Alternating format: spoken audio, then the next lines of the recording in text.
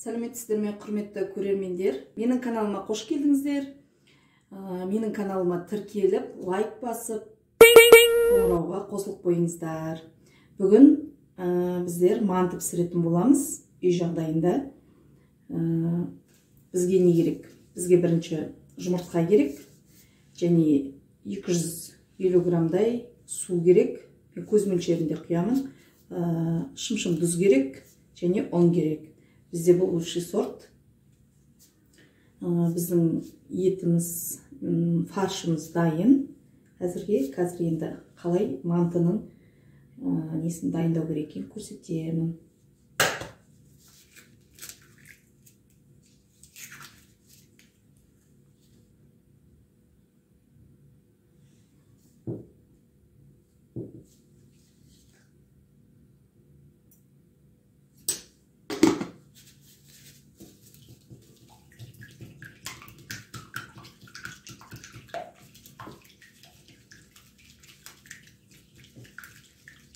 Жұмыртқа мен тұзды осылай езіп аламыз бірінші. Содан кейін ішіне сәл-пәл су құямыз, көз мөлшерінде қарап тұрып. Және де ұн саламыз. Ұнды осылай салай беремін өзім. Осылай илейміз. Сіздерге көрініп тұр ғой, осылай илейміз.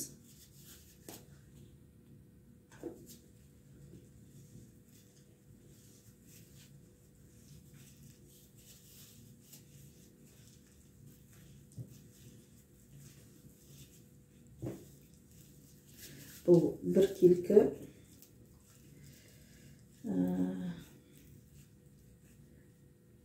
әдемі болып иленгенше ұнды салай береміз.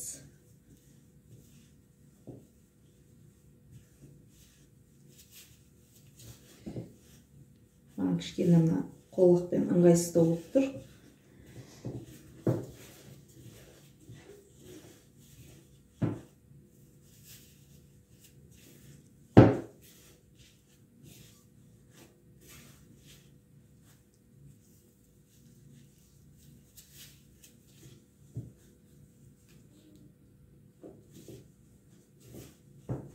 Жан-жағына түскен ұндарға ол ештеңе етпейді.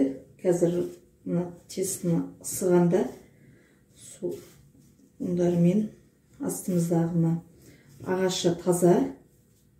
Осы неге арналған әдейі.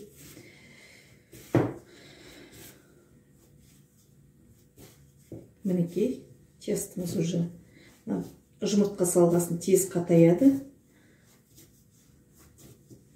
Осылай қатайтамыз.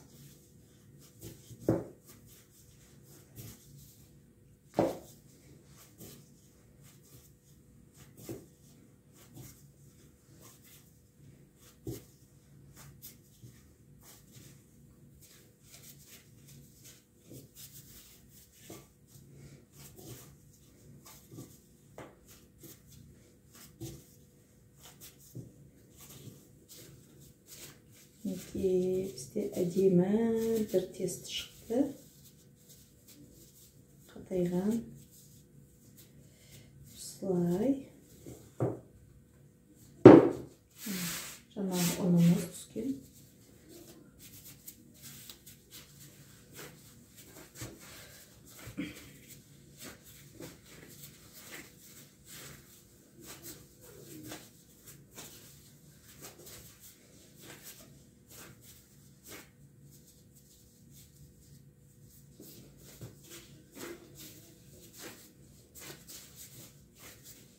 Қарапайым үй жағдайында қалай бұндай тестіларды, мысалы, жалпы тек қана мантыға емес, бешбармаққа, өзіміздің ұлттық тағамымыз, сосын әрбір елде әртүрлі айтылады ол тағам. Бізде енді бүгінше манты.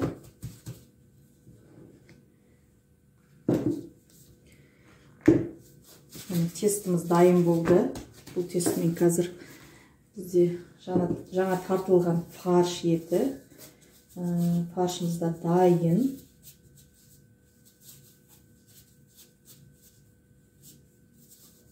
қолғағым таза. Осы асхананың қолбағы.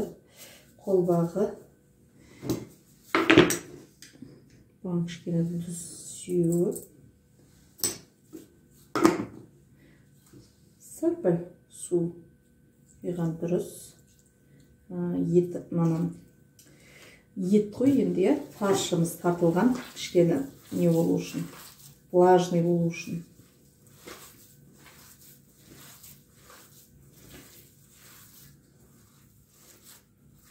Тұзымыз ішінде еру үшін жақын.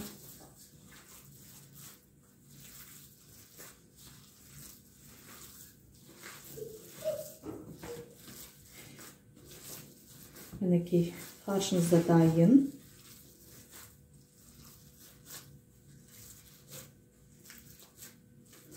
Қырық минутта дайын болады мантымыз.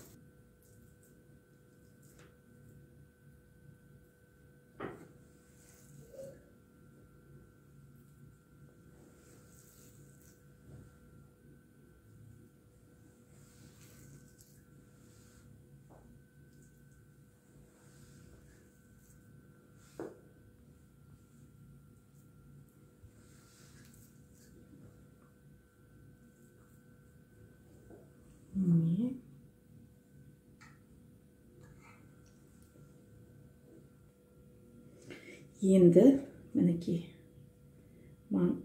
фаршымыз салдық.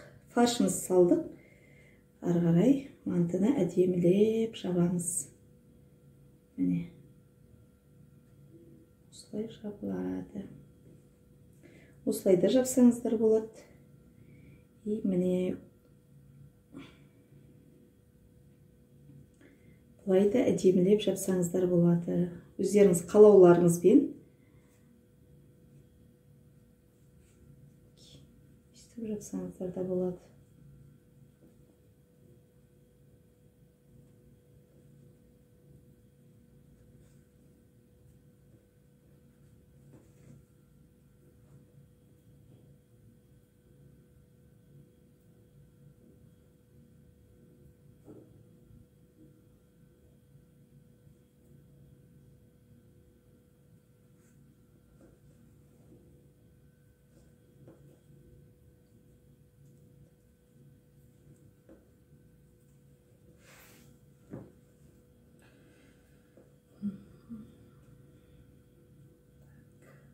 Слай. Әдемі алып.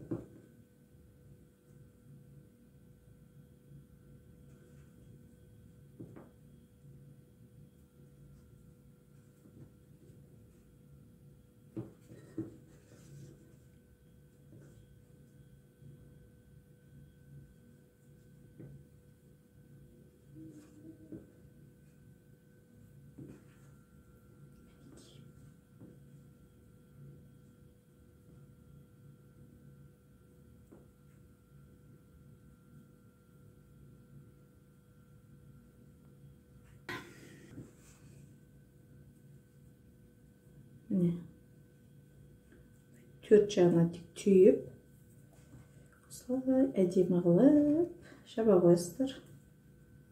Осылай шыға келеді. Одан кейін манта баркымызды осылай сүртіп аламыз. Таза, дайын.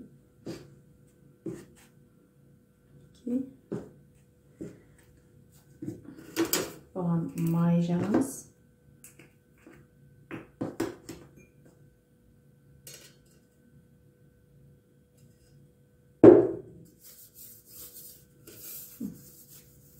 Аста жабысып қалмас үшін және жақсылап пісу үшін.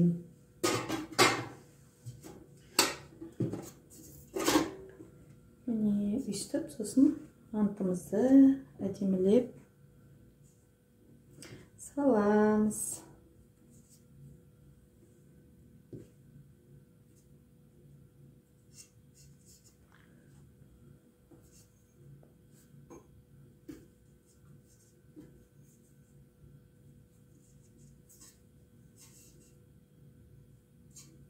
мінекей мантымыз дайын болды.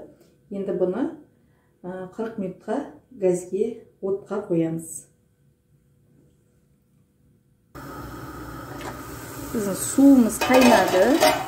Енді мантымызды саламыз. Енді осы мантымыз 40 минут піседі. Бұйыртса.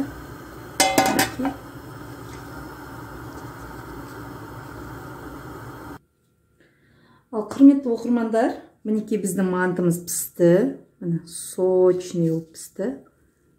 Көріп тұрғанымыздай, іші деген керемет. Енді су деген шығып тұр. Енді үстіне подливасын саламыз. Подливкасын енді өздеріңіз білесіздер. Не салсаңыздар да, майонез де болады, көкшөп те болады. Укроп. Енді біздер өзіміз отбасымызбен бір жуа, жарты морковь, томат пастасы салған жақсы көреміз. Мінекей асымыз дайын болды. Сочный мантымыз дайын. Ешқандай қиындығы жоқ. Құрметті көрермендер, біздің асымыз дайын болды. Менің арнама қосылуды ұмытпаңыздар. Қоңырауымды басып қойсаңыздар. Келесте мені іздеп отырмайсыздар. Келесте бұдан да қызықты қарапайым үй жағдайында дәмді тәттілер, сусындар, суши, бургер салуға уәде етемін. Сау болыңыздар, аман болыңыздар. Келесі кездескенше.